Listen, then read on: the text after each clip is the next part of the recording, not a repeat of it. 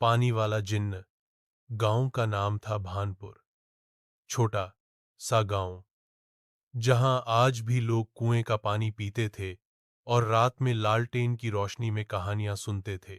लेकिन इस गांव के बाहर एक पुराना सूखा हुआ कुआं था जिसे सब मरघट वाला कुआं कहते थे।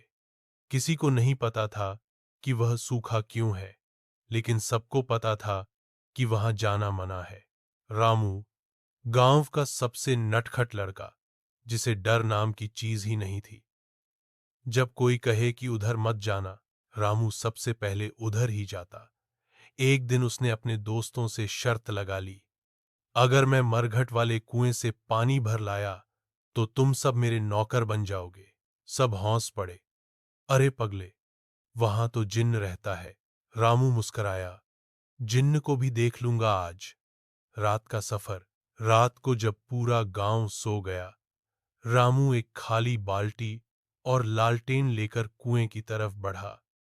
आसमान में बादल थे, चांद छुपा हुआ था और हर तरफ अजीब सी खामोशी थी। जैसे ही रामू कुएं के पास पहुंचा, उसे लगा जैसे किसी ने उसका नाम पुकारा, बहुत धीमे, जैसे कोई सांसों के बीच फुसफुसा रहा हो।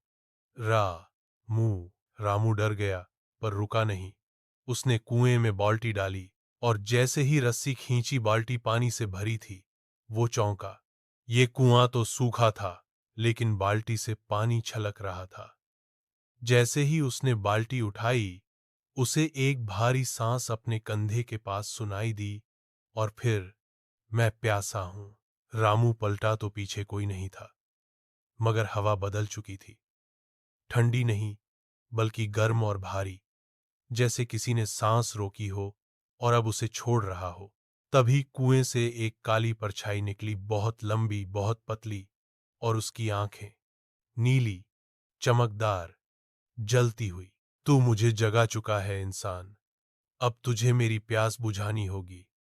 आवाज गूंजी। रामू कांपते हुए बोला, कह, कौन है तू? मैं पानी वाला जिन्न हूं। सैकड़ों सालों से बंद था। जो भी मेरी नींद तोड़े, उसे मेरी प्यास बुझानी पड़ती है। तुम तो जिन्न हो, तुम्हें क्या प्यास? रामू ने पूछा।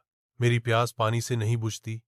मेरी प्यास है इंसानों की यादों की, भूलने की सजा। जिन्न ने कहा, मैं तेरी सबसे प्यारी याद चूस लूंगा, जिससे तू खुद को भूल जाएगा। रामू चीखा, नहीं, मुझे मां की गोदी याद है, स्कूल के दोस्त, मेरी पहली पतंग। नहीं, पर अब देर हो चुकी थी। जिन्न ने अपने हाथ हवा में घुमाए और एक भंवर बना, जिसमें रामू की आंखें चमकने लगीं।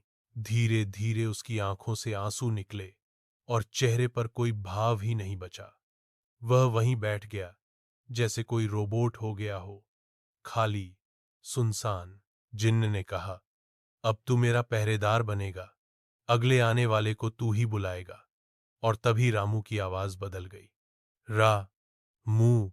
हर साल एक शिकार। उस दिन के बाद हर साल गांव में एक बच्चा गायब हो जाता।